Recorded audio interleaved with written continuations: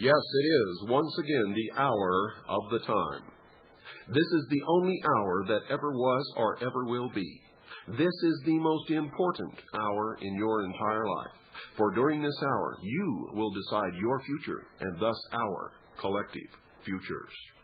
I'm your host, William Cooper, and I've got to start out tonight with a little bit of news that may be discomforting to some and may be cheerful to others.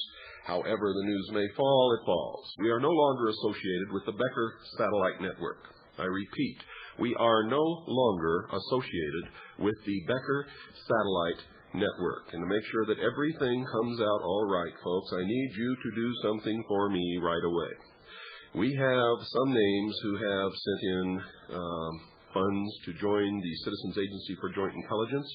One of the reasons that this relationship has been severed is people who sent in money several months ago, we have just now received their names and have not yet received any money whatsoever from the Becker Satellite Network. Also, we have received some orders for books, names and addresses with money has been sent to Stan, and those books are on their way to you now. Those names and addresses that we have who have sent in money to join the Citizens Agency for Joint Intelligence, watch your mail. You will be receiving your materials soon. Now, if within a reasonable period of time, say 10 to 14 days, you have not received a personal letter from me. Now, understand, within 14 days, if you sent in money to join the Citizens Agency for Joint Intelligence or sent in money for a book, Behold a Pale Horse, and you have not received a personal letter from me, please make a copy of both sides of your personal check or make a copy of the receipt for your money order that you sent to the Becker Satellite Network and send it to me at this address. Do not send any mail to the Becker Satellite Network. Now, it's important that you carry this out because we want to honor every single one of your memberships and your purchases of a book. Whether or not we ever get the money that you sent doesn't make any difference. As you all know, I stand 100% behind everything that I ever do. So get a pencil and paper and write this down, and I'm going to give you the address several times during this broadcast. Also, I will be giving you the phone number that you can call and talk to Stan personally if you have any other questions about what's happening here. Okay, send the copy of both sides of your check or the copy of your money order to William Cooper, Post Office Box 3299. That's P.O. Box 3299. Camp, C-A-M-P, Verde, spelled V as in Victor, E-R-D as in dog, E. Camp Verde, Arizona, 86322. That's William Cooper, P.O. Box 3299, Camp Verde, Arizona, 86322. Your membership will be honored, and your purchase of my book, Behold a Pale Horse, will be honored, whether or not the differences between the Hour of the Time and the Becker Satellite Network are resolved or not. There were just too many discrepancies, tapes not getting where they were supposed to be going. We were told that tapes were sent and found out that they weren't sent. We knew that people were sending in money in request for membership and to purchase the book, and we were not receiving the lists. and several other things. But that is strictly between the hour of the time and the Becker Satellite Network, and it could be due to extraordinary circumstances at the Becker Satellite Network. We are not making any judgments about anybody there. Understand that. We are just rectifying the situation on our end because it is not a satisfactory business arrangement for the hour of the time or its listeners, and we will not put up with it. If you would like to phone Stan and talk to him about whether or not your name is on the list, please call Stan at area code 602-567-6109. That's 602-567-6109. I'll repeat the address and the phone number later in the program. Again, I want to apologize. I regret any inconvenience that is caused to anyone.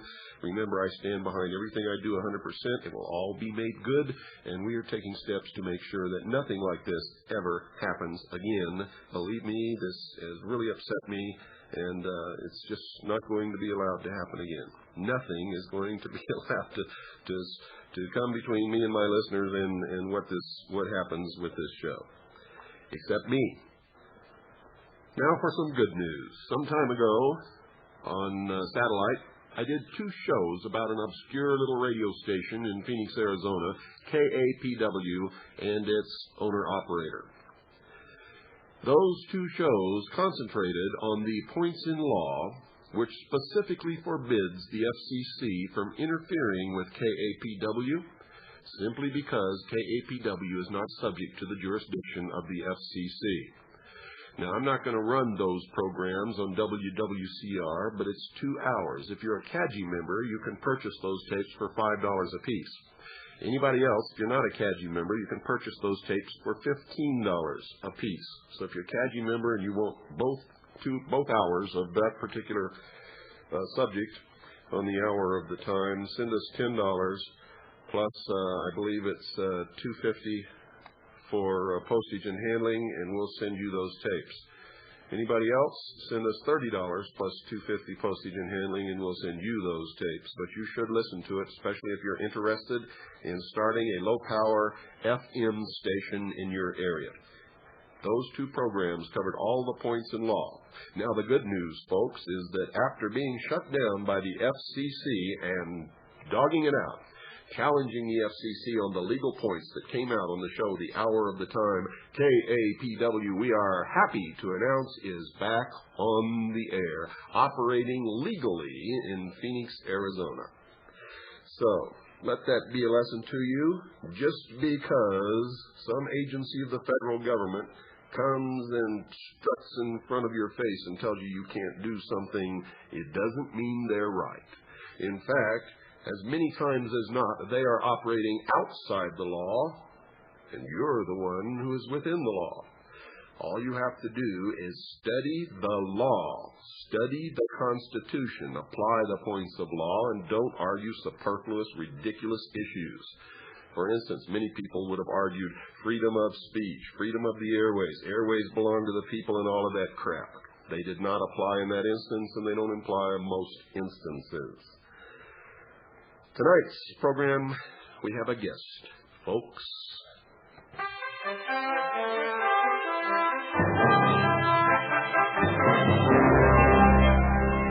From the headquarters of the Citizens Agency for Joint Intelligence, the best advice that our agents worldwide and in this country have determined that we can give to anyone is to become self-sufficient, get off the power grid, learn to subsist on solar, wind, and water energy.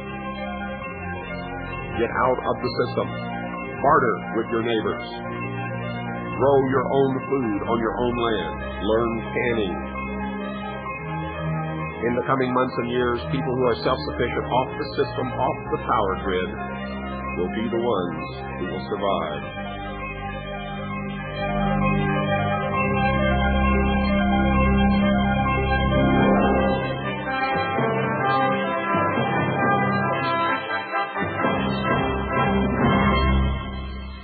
Our special guest tonight is Mr. Dave Duffy. He's the editor and publisher of Backwoods Home Magazine. Now, folks, this is not, I repeat, not an advertisement. This is a regular show, The Hour of the Time. You knew that I do not take advertisers on this program. I myself have subscribed to Backwoods Home for a long time, in fact, since it first came out. It's not under my name, but nevertheless, the subscription still comes directly to my home. It is my subscription, and I paid for it. Backwoods Home magazine is one of the best magazines that I have seen anywhere. For anyone who wants to become self-sufficient, get out of the system, get off the power grid, learn to live on their own efforts, this is the magazine of choice. This is the magazine that I recommend. Understand that I'm not getting any money for this whatsoever. Mr. Dave Duffy is a man who long ago realized that it was important to get out of major population centers. He wanted to live in the country, he wanted to build his own home, but it was at a time in the recent history of the United States when real estate values soared so high and interest rates were so out of sight that it appeared to Mr. Duffy that his dream was not going to come true. He purchased a small tract of land and began building his own home. And because he was so successful and because the cost of his land and his home stayed within the limits that are affordable by almost anyone in this country, he decided to publish a magazine on how to build your own home. And that magazine evolved into Backwoods Home, which is not only how to build your own home, but how to build your own power system, hot water systems, heating systems, grow your own food, make your own medicine from available plants and herbs, and many, many, many other subjects. How to become a blacksmith. You would be amazed at the articles that are in this magazine, Backwoods Home, and I think you're going to be pleasantly surprised and a little amazed at Mr. Dave Duffy. So, without further ado, let's get into the meat of this program, The Hour of the Time. Dave, welcome to The Hour of the Time. Thank you very much, Bill. Can we start off by getting some of your background? What have you been up to all your life? Well, I'm 48 years old. I spent the 10 years prior to launching Backwoods Home magazine, which is now just entering its fourth year, as a computer analyst and Defense Department technical writer and editor. And prior to that, I spent 10 years as a newspaper reporter for such dailies as the Las Vegas Sun, a couple of small newspapers, the Star Free Press in Ventura, California, and the Lowell Sun. That was Jack Kerouac's old paper in Lowell, Massachusetts. Well, that's really interesting. Did you know Jack Kerouac personally? No, I didn't. He was older than I was. He had left the paper years before I joined the staff. I got out of the Army, and my last commander, Colonel DeSmet, got me my first newspaper job at the Lowell Sun. That's when I learned that was Kerouac's paper, and he was revered there. He was revered in a lot of places. Dave, what did you do in the Army? I was a military journalist. I joined during the Vietnam era in 1966. I joined rather than be drafted and have to serve as a grunt and maybe get shot. I figured if I could join and get an education, and then if I got shot, at least I'd get something out of it. So they sent me to the whiz-bang 10-week journalism course in Fort Benjamin Harrison, Indiana, which they are about to close down. That's one of those military bases getting the axe. And from that, I launched my journalism career. I never took a journalism course in my life formally other than that. And when they say the Army is a good place to start, I'm not a big fan of the military per se, but it was a great place to start for me. I was 22 in 10 weeks.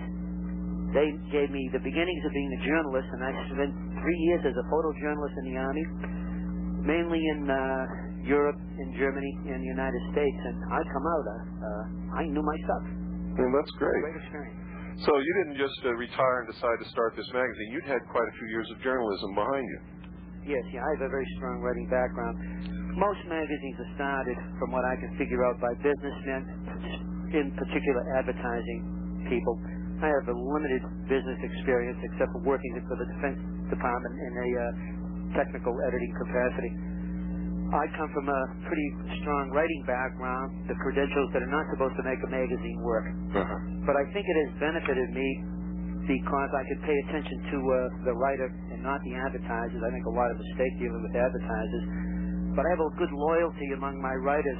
I used to be a freelance writer on the side most of my life, ever since I left the Army when I was 25, so 35, 45, 23 years ago. And I can remember getting checks for my freelance work by secretaries who didn't know my name. I'd never meet the publisher, never meet the editor, or if I did, I'd meet a low-ranking editor. I treat the writers, and there's a little over 100, might be 125 by now, who work part-time, on freelance basis for the magazine, with a lot of courtesy. When they get their check, they get a personal note from me, often a telephone call, and a thank you for doing the research, because I'm fairly demanding as an editor also. I just don't want an article. I want an article from somebody who's knowledgeable in the area, and if it doesn't cover the points I think have to be covered, it goes back. And I think that coming from the writer's perspective has stood me well, because nothing leads into advertising for me. Everything is from my writer's eye, saying it has to answer the questions from the reader. It must answer what, when, why, where, how. It can't lead into just another booklet that you're the article's gonna ask you to send off and get in for more information on it. Sure. A lot of writers, surprisingly, want to write an article, but they don't want to do it complete. And they may be writers of books or good pamphlets, and I say, I want that entire pamphlet, or I want that entire book in there, the gist of it, so whoever's reading the article can do what you say they can do. They don't have to write to you for more. And he says, you'll get your credit at the end, parenthetically.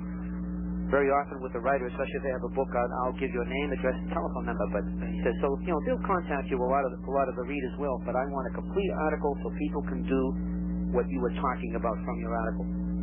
Well, as a reader and a subscriber, I can certainly say that all the articles fit the bill. Things that we have read, like do-it-yourself articles that we have done, we didn't get hung up on anything, and everything that we needed was listed there, and all of the steps, and there was no problem. And that's difficult. I mean, even if you buy a product that you have to assemble yourself, often you get a set of instructions that will drive you mad trying to figure out. Lousy editors in most companies.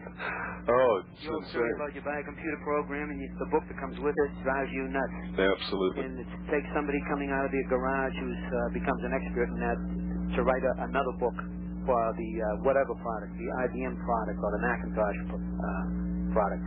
Dave, you're in Ashland, Oregon. Is that your home? Yes, the magazine actually started off in Ventura, California, about 700 miles south of here. And we moved up here a little less than a year ago. I've been building a house in the mountains above Ashland for 7 years, and it's been always my goal to get up here. Matter of fact, building that house is what has actually prompted me to start the magazine. Well, that's good. So you had lived in the big city or near big cities, and you'd always wanted to get out into the country. I grew up in Boston, Massachusetts, which is sort of a medium-sized city. A couple million people there by now, I guess. And I moved to California 20 years ago. So I was living in Ventura, which is about 60 miles north of L.A.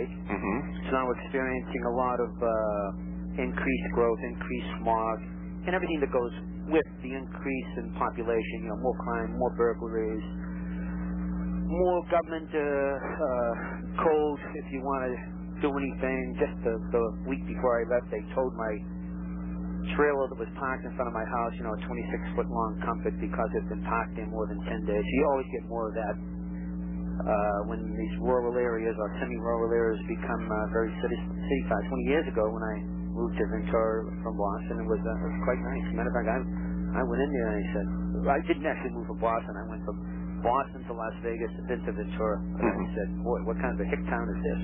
Turned out to turn into a big city after a while. Yeah, I was going to ask you, Dave, what prompted you to choose this type of magazine over any other type? But I guess you've answered it. You said building your home. Well, let me elaborate on that just a bit, Bill. About, I guess it's about 9 years ago now, I got divorced while living in Ventura. And I had owned a beach house well, 11 houses back from the beach. For most of the time, I was living in California, which is, at that time now it would have been about 11 years. And through the divorce, I lost the house. We just had to sell it. Neither could afford to buy each other out. And we split up the money. We ended up with about $28,000 each. I sat on that money for about a year trying to figure out what to do. I wanted another house. That was at a time when housing prices in California and then all over the country were going through the roof. Absolutely. Right out of the market. I took $17,000 of that money and bought 2.5 acres right on the edge of I call it a BLM wilderness. Most of the land is 31 miles above Ashland is owned by either BLM, Warehouse of Timber, or one large ranch. And I invested the $17,000 in that land. And the reason why that was expensive because land at the time was going for a couple of thousand acres. It had a nice big creek going through it. And with the remainder, $11,000, I built myself a house. So I was back in the housing market with about $28,000 when houses were going for $250,000 in Southern California. And I said, wow. And the reason I located up here, by the way, I used to vacation up here all the time. Always coming up, this is off of I-5, going up through Ashland, Oregon, up towards Canada. I used to vacation. I said, boy, I like the Ashland area. I like the country around here. And I would love to relocate here someday. And that was part of what led to divorce, too. But divorce, I was stuck with, I'm out of the house. What am I going to do? And so I built my own house. And the house, right now I have more than $11,000 into it. I probably have closer to maybe $22,000 into it. Nice and comfortable, very remote. And I'm a homeowner again without a mortgage. Well, if you're listening to this, folks, how would you like to have a home for $22,000 on 2 acres of land in a beautiful country setting with lots of trees and a nice climate? And Oregon fits all of those bills.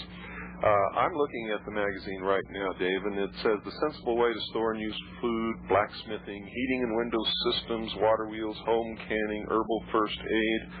I have back issues that have subjects like solar power, solar hot water, all of these kinds of things, and many more. I mean, that's not even a drop in the bucket. But you have articles on guns, hand loading your ammo, social conditioning, women in self-defense. You have a lot of articles in your magazine for women, I notice. Farm and garden articles, rabbit diseases, how to cope with them, how to raise rabbits, how to grow a garden. This is just more than owning a house. I mean, you're telling people here how to really get out of the system and survive on their own, aren't you? Yes. What happened was, even though the magazine started by building my own house, excuse me, I decided that that was so easy to do compared to how hard I thought it would be to get back into a house, that I'm going to write a book about how to build a house, where at the time was about $10,000. But to test market that book, because I had written the book long ago, the publisher made a lot of money and I made only a little bit, I decided to launch a magazine called Backwoods Home, about building your own house. And then I said, well, if it's Backwoods Home, we have to cover a few other themes. So I did a lot of research and contacted some other writers I had known, and we come up with some articles on gardening and some articles on self-sufficiency, some articles on alternative energy, because I had intended to put a solar electric system in my house. So we launched I guess the first issue was 40 pages, and there was such a big response to that the magazine was launched. I never really intended to launch the magazine per se. This was going to be, see how many, if there's interest for my book, my book, How to Build a House Out Here. Never wrote that book. Now we're just going to press with the 19th issue of the magazine. Once you're out in the country, you learn what the needs of country people are. And they very often turn to, of course, self-sufficiency and preparedness. They often turn to jobs. A lot of people move to the country and they have to run back to the city with their tail between their legs because they can't find a living. We devote, the current issue, I think we have 3 articles on jobs that are well-suited to the country. We do a lot of research on them. We do about 10% of each issue on alternative energy. We're in the midst of a 3-part series on hydropower. Do a lot on photovoltaics. Photo meaning light, voltaic volt, so it's solar electricity, turning the sun directly into electricity. It's a technology that is here today. We touch a lot on generator power because that's the traditional method of power. A lot of my readers live beyond the power lines. And if you're going to bring the conveniences of modern life into your home, you need electricity, which stresses a good point. A lot of people compare us to the old days of Mother Earth News. And by the way, John Shuttleworth, who founded Mother Earth News back in '70, then sold it in '80 to some advertising people out of New York, is a very big booster of ours. We've used 3 letters to the editor praising us from him, which I thank him for it. Because he sort of started the whole country theme. Sure, but you're not really the same as the Mother Earth News. And the point I want to make is Mother Earth News wrote more for a hippie-type audience. When they tackled technology, and John, forgive me for saying it, they were right half the time and they were wrong half the time. Well, they also had a philosophy that they were going to go completely back to the land. I mean, just absolutely give up almost all. Our philosophy is move to the country because it's better for raising your kid. It's better for your mental well-being. You're getting out of the rat race, which is going to kill you 10 years before your time. But bring the modern conveniences of society with you. Bring your microwave. You can do that because you can create your own electricity no matter where you live through a variety of alternative energy, especially photovoltaics. You can bring... You really don't have to give up anything, and you can become totally self-sufficient off the power grid, not relying upon government or city or anything else in order to survive and have a good life and not have to give up the modern conveniences. That's right, and the advent of the personal computer has helped things even more because you can create a business on that personal computer. My whole magazine is created on one 486 computer. The first issue was created on a compact desk pro, which is the clone of the IBM PC, that first little computer that was out, and they all, the real slow computers. Worked fine. Took a little bit longer. Now I have a faster machine, but the entire thing is done on that, with the exception of the art. Good art, like the quality, the artist drawings we have on that cover, done by my artist Don Childers. And you just any art you have, any photos, the computer creates the page. You paste your photos down in the form of a half-tone. It's just an $8 process per picture that goes through an art studio. But you can create so many jobs, a lot of mail, a lot of businesses for yourself on the computer. And part of the theme of the magazine too is all these people who go to the country, try to live their own life. They're good for the country. 75% of the jobs, new jobs in this country, are created by small businesses. They're not created by government, not created by the big IBMs of the world or any place like that. They're created by small businesses. These people who choose to leave the rat race, get away from a job they hate, and that they're probably living up to half their productivity from, they get into the country. They have to make a living. They work their butt off. A lot of these small business entrepreneurs living in the backwoods, they're working 12, 13, 14 hours a day. They're good for the country. They create 1 or 2 jobs for people to help them with their business. And they're not only good for the country, it's great for themselves, I tell you. Certainly. Sure. Well, that's what I do. I live out in the country. I'm not anywhere near a city, and we're self-supporting and self-sufficient. And we make, we don't look around for someone to give us anything or for someone to give us a job or we have to go to somebody else to earn our way. I've always been a great believer that all of us have been given something that is just incredible. It's called a brain. And if we just use it, we don't need anybody else. And it's so wonderful to be able to be not under somebody else's thumb, to make your own decisions, to decide what you're going to do today and how much you're going to do and what your income is going to be, and do something that you really like to do. Well, folks, it's time to take a little break. You're listening to the Hour of the Time. I'm your host, William Cooper, with our special guest, Mr. Dave Duffy, editor and publisher of Backwoods Home magazine. Stay tuned. We'll be right back. Show, and you know that I don't sell advertising. I invited Dave Duffy on this show because I think Backwoods Home Magazine is probably one of the best magazines that anyone in this world could ever subscribe to. We're going to get into some other things, too. We were just talking about what's good for the country, and one of the things that I really like about Dave Duffy and Backwoods Home Magazine are his editorials, and his articles are not always about how to build a home or how to become self-sufficient or how to can food. In this last issue, there's an interview. Folks, if you'd like to see this program stay on the air, and if you would like to help save the Constitution, this country, and thus freedom for the world, you need to join the Citizens Agency for Joint Intelligence, CAJI. It's our own private intelligence organization. With your membership, you get a certificate and an ID card which entitles you to substantial discounts to attend my lectures and workshops as I travel around this great country of ours. You'll also get the CAJI newsletter, which is normally $35 for 12 issues by itself. You'll also have access to our computer bulletin board database system, which is normally $30 per quarter or $80 per year. All of this, folks, and much, much more. Our CAJI members get full press credentials as representatives of the intelligence gathering process of the hour of the time. Press credentials. Legitimate full press credentials. All of this, folks, and much, much more. Our members can purchase tapes of this radio broadcast for only $5 per tape. $5 plus postage and handling. Anybody else who's not a member, it's $15 per tape. Our videotapes that we produce, $30 for CAJI members plus postage and handling, $45 plus postage and handling for anybody else. Doesn't matter who you are. From time to time, we will have other special offers for our CAJI members only. No one else gets these special rates, these discounts, and no one else will have access to some of the other things that we're going to offer CAJI members at all. In other words, they won't even be entitled to them no matter how much money they have.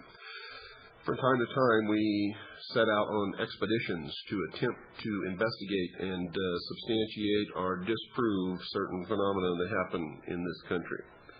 We also plan to have a convention once a year where only CAJI members will be allowed to come. We'll have special speakers, we'll socialize, we'll get to know each other, and disseminate information on a large scale. Believe me, folks, it's the best money that you've ever spent if you're interested in saving this country, freedom, saving the Constitution. If you're interested in learning, if you want to find out hidden information that you can't get anywhere else, you'll always get it on this broadcast.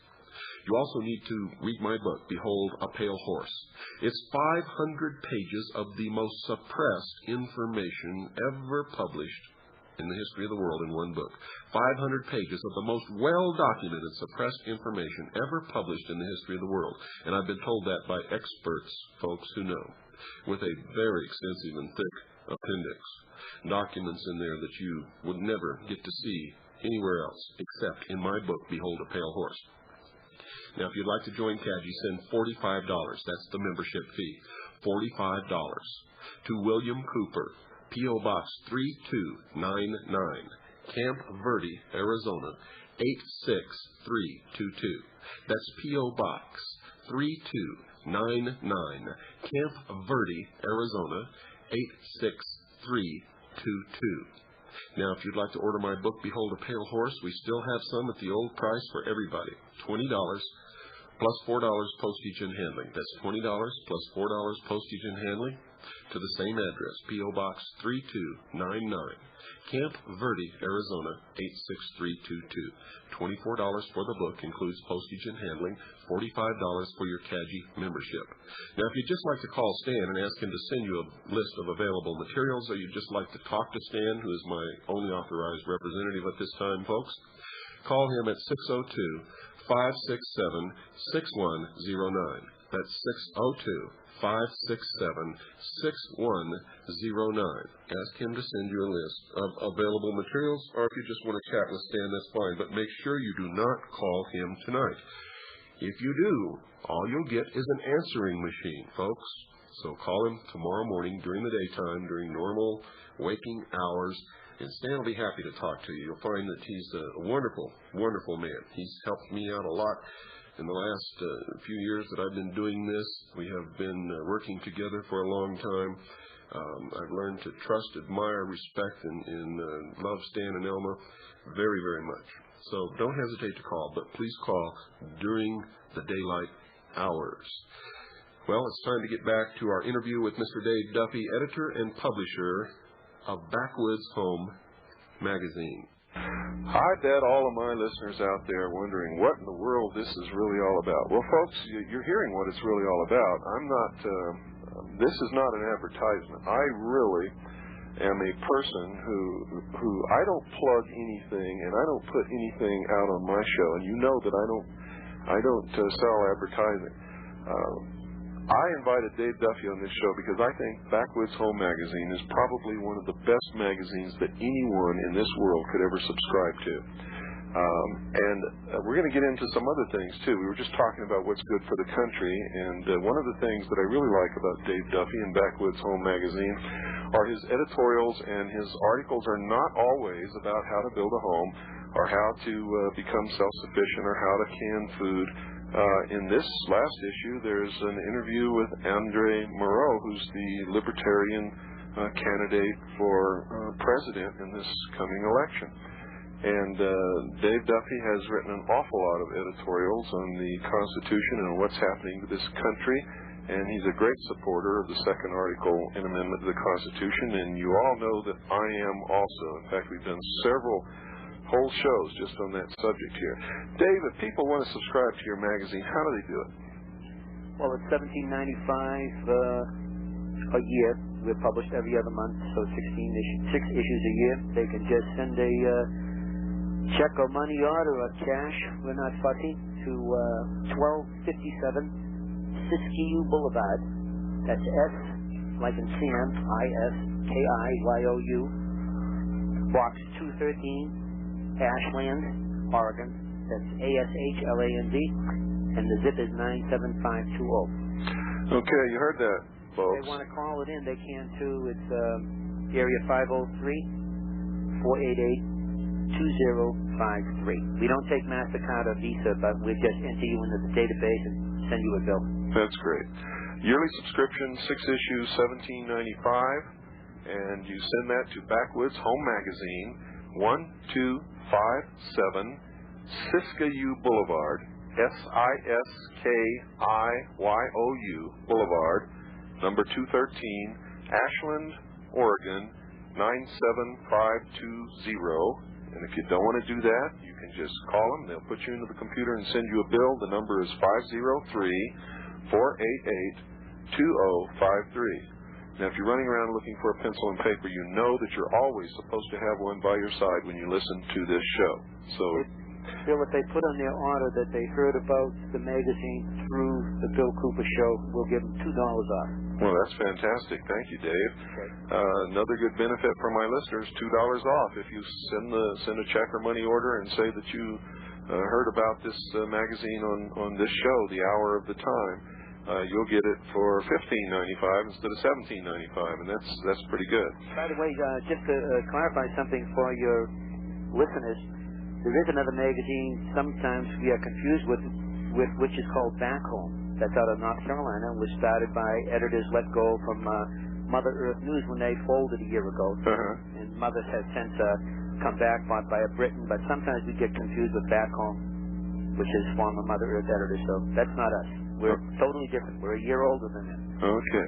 Just remember, folks, this is Backwoods Home Magazine, and it's out of Ashland, Oregon. Dave, tell me a little bit about, it's very unusual for somebody who writes magazines, who publishes magazines like you're publishing, to have the political viewpoint that you do. Can you tell me a little bit about your political viewpoint, some of the editorials that you've written, and why you do this? I know you come under a little flack from some of your readers because I see in the letters section. Well, you got to start from the point that of all the country magazines out there, I would guess 9 out of 10, maybe a higher percentage, maybe 99%, are written by people who are very, quote, environmentally aware. Mm-hmm. Their political philosophy tends to lean quite far to the left.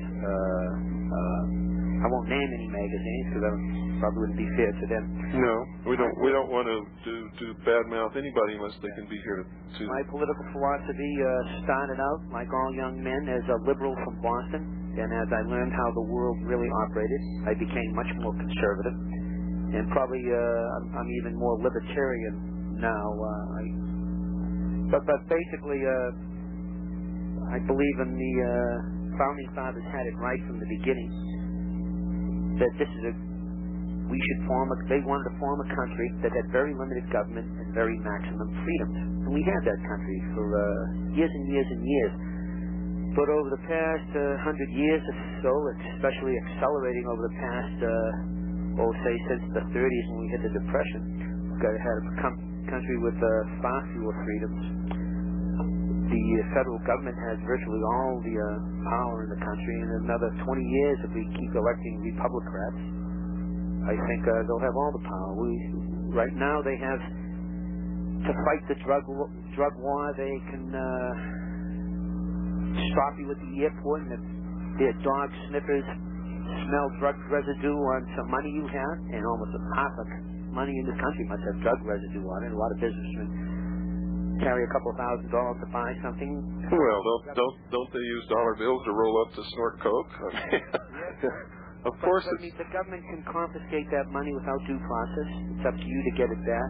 There's so much federal government intrusion and local government intrusion into our private lives. It makes the country totally unlike what the country used to be. Even 50 years ago. But especially what our founding fathers envisioned it. My magazine is political on one page. I have a 100-page magazine. One of my pages is editorial. The other 99 are how-to.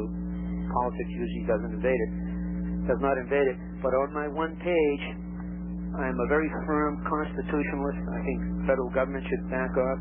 I think taxes should be cut. I think the private enterprise should be given a chance to put the country back on its feet, because we know the government has failed horribly. I think people should be allowed to, if they want, educate their own children, because the public school system has failed horribly.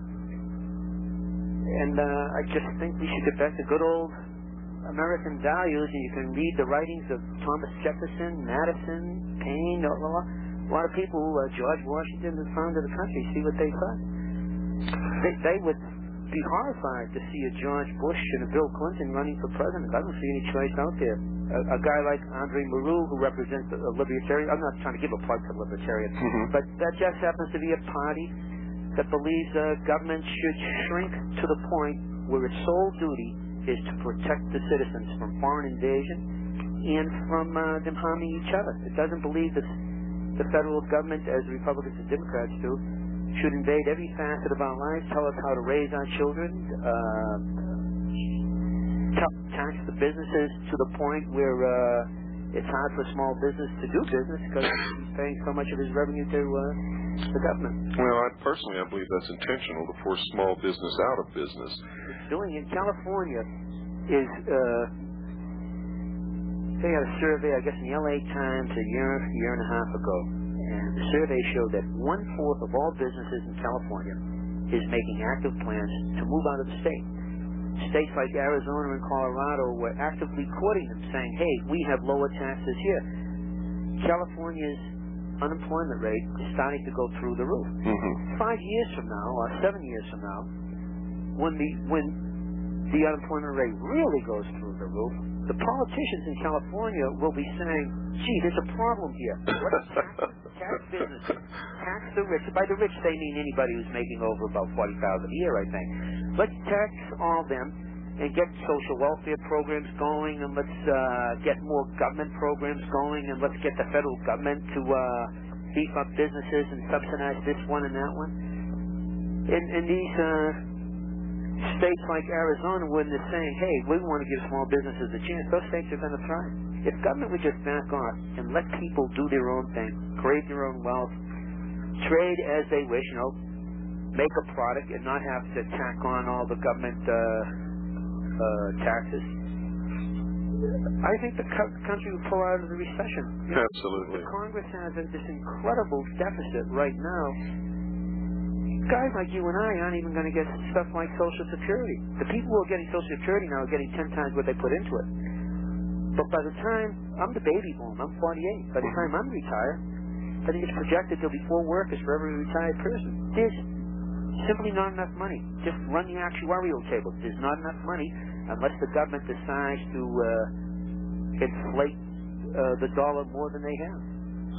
Well, I'm of the opinion that if everybody took what they were paying into Social Security and put it into the lowest yield, interest-bearing account of any kind of investment, even the lowest yield, by the time that they reached retirement age, they would be so well off that they wouldn't even believe it. But if they stay in Social Security, they're not going to get anything. And it is a voluntary program. You did an article about just what you thought. There is a program out there. We did a two-part series on the national health care system. I forget what issues. They were 4 or 5 issues back. They were by a Canadian, Martin Waterman. He does a lot of my book reviews, and he's been living with the Canadian health care system. So this first article said it doesn't work. It's on the verge of bankruptcy. And he says, don't believe what all the politicians are telling you, because it's not going to work in the United States either. And the second article, he talked about what's referred to as the Singapore system. I forget the exact name, but it's a retirement account system. It allows you to set up your own. It's sort of like an IRA account for your own health care. It gives you tax deductions to set that up. It requires a certain amount of responsibility on people to set it up, and naturally there are going to be some people who will never set up anything. And so you will have to have some sort of net to keep those who will always fall through the cracks to help them out. It allows the average person to plan for their own health system by setting up an IRA type account with plenty of tax incentives to have you do that. None of the major candidates are talking about anything like that. They're just talking about socialized medicine. I notice you do something in your editorials, and you have articles in your magazines on, for instance, here's one, hand loading your ammo is far cheaper than buying it. You have other articles and other issues on the best kind of weapon for hunting and for self-protection and all kinds of things. But it's refreshingly nice to me to see someone in a magazine who supports the second article in amendment, which I know is the only reason why we're free today and is the only reason why we'll be free tomorrow. And I know that the moment that we let the guns out of the hands of the American people, that we won't stay free. And all I have to do to know that is look at history. But incidence of modern gun control in our time is Adolf Hitler, instituted in Germany. That's correct. He's going to have to do that because eventually people will catch on to what's going on. Every time a communist country used to take over, first thing they do is institute gun control. Our founding fathers knew when they started the country that the worst enemy lurking in the woods would be our own government down the line. Absolutely. It wasn't going to come from a foreign invader. They knew eventually people would get in power and they'd say, well, let's take these rights away from the citizens and let's assume a little bit more power on the state level and let's assume a little bit more power on the federal level. The reason they wrote the Second Amendment to the Constitution, and you can read this from reading the writings of all the people involved with the Bill of Rights and Constitution, was so people had the means to rebel against their own government. It wasn't just to go hunting. It wasn't just to protect themselves against the burglar. And, some people, I've heard, some people, like critics, would be pulling their hair out now. They say, well, all they had was muzzle loaders. That was state-of-the-art. Their idea was the people need to be armed with state-of-the-art weaponry in order to keep their government honest. That's correct. The truth is that no crime has ever been committed with a legally registered machine gun, with a tank that someone has purchased from the military, with any kind of what people would call a super dangerous weaponry. There are many, many, many people in this country who own machine guns, and I mean the real machine guns. That you have to register with the Bureau of Alcohol, Tobacco, and Firearms and the whole works to get a special permit to have them. No crime has ever been committed with any of those weapons. Nobody who commits crimes goes through the legal process to get their weapons. Right now in England, handguns are banned throughout the entire country of England. Yet last year in London, over 5,000 serious felony crimes were committed with handguns in the city of London. The truth about this whole matter is that somebody who wants a gun to kill somebody with is going to get a gun and they're going to kill that person, and there's nothing anybody can do about it. But the day that a despot rises to power in this country and takes our freedoms away, if the people don't have guns, they won't be able to do anything about it. And they are always helpless against the criminals who are able to get guns no matter what the law says. That's why they're called criminals. And we never learned a lesson from Prohibition. We never learned that lesson. I was going to say the same thing. We outlawed alcohol once.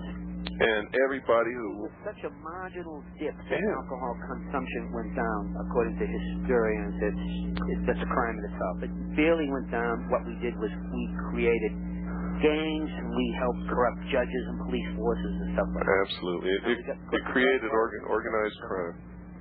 But if you outlaw handguns, what you're doing is taking, or any kind of gun, you're taking guns away from law-abiding citizens. That's correct. The crooks are going to get their guns anyway.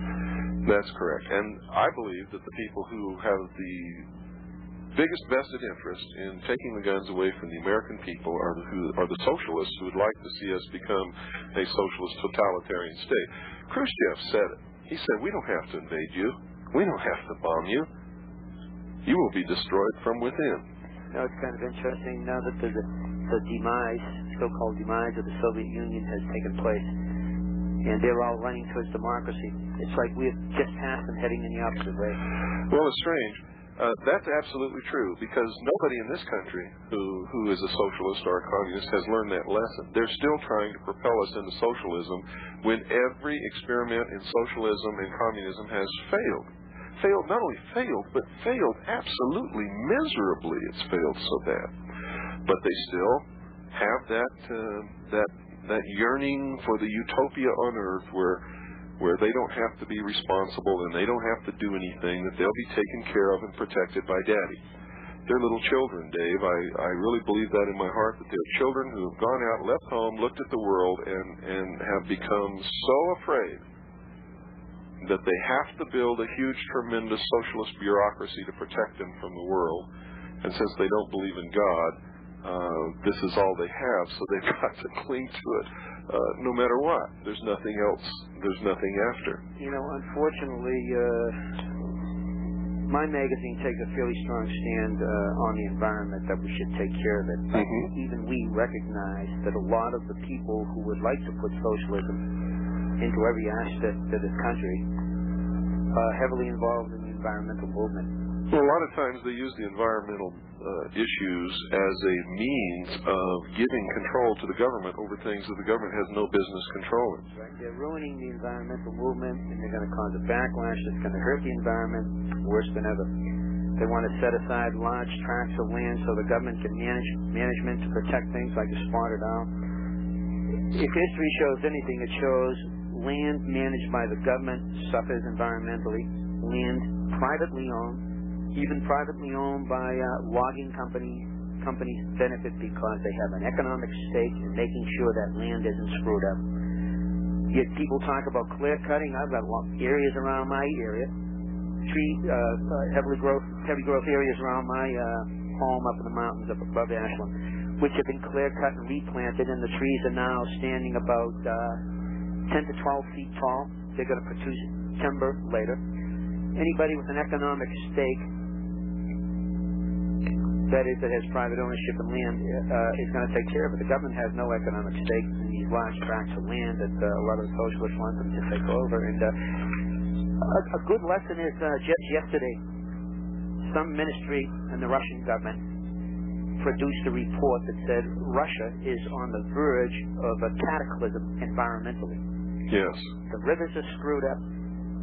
Two out of three, or I think it's 2 out of 3 or 3 out of 4 Russians who live in cities are living in air quality that is 10 times worse than the acceptable limits in this country. This is what socialism has done. The government has run the Soviet Union for 20 years, and this is what has resulted. And they ran Poland, the Volga River. They tried to dredge about a 100 yard stretch of that about 2 years ago. It dug up so much poisons in the sediments that thousands of dead fish washed downstream. Wow. If you have the government run anything, no matter how good their intentions, they're going to screw it up. They always have in the past, and they always will. If you have private people run it, you're going to have your people in there that they don't give a damn, and they're going to rape the land and stuff. But mostly, you're going to have people who have an interest in their own land, and they're going to take care of it. You're listening to The Hour of the Time. My name is William Cooper, and my guest is Dave Duffy, the publisher and editor of Backwoods Home Magazine. You can order Backwoods Home Magazine. In fact, if you send a check or money order with $15.95 and mention that you heard about this magazine on this show, you'll get it for $15.95 instead of $17.95. The address to send to is Backwoods Home Magazine, 1257 Siskiyou Boulevard, Siskiyou Boulevard, number 213, Ashland, Oregon, 97520. Or you can call and tell Mr. Duffy that you heard this on the air, on the Hour of the Time, and they'll put you in the computer, get your subscription started, and they'll bill you. The number is 503-488-2053. That's 503-488-2053. What are some of the benefits to living in the country? Well, you're less likely to be mugged when you walk home. Your wife is less likely to be raped. You're probably going to add a few years on your life because you're not subject to the stress of living in the city with all the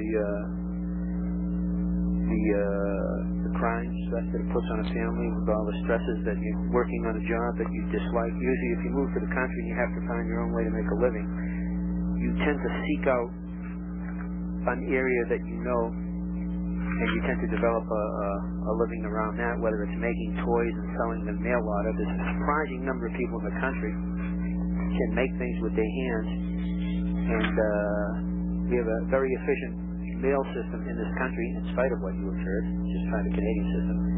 And you can make products in your garage, and you can sell them to other people. We have a lot of advertisers who advertise their homemade products in our home. Well, here's an article on the Saddle Shop created self-sufficiency for Idaho family.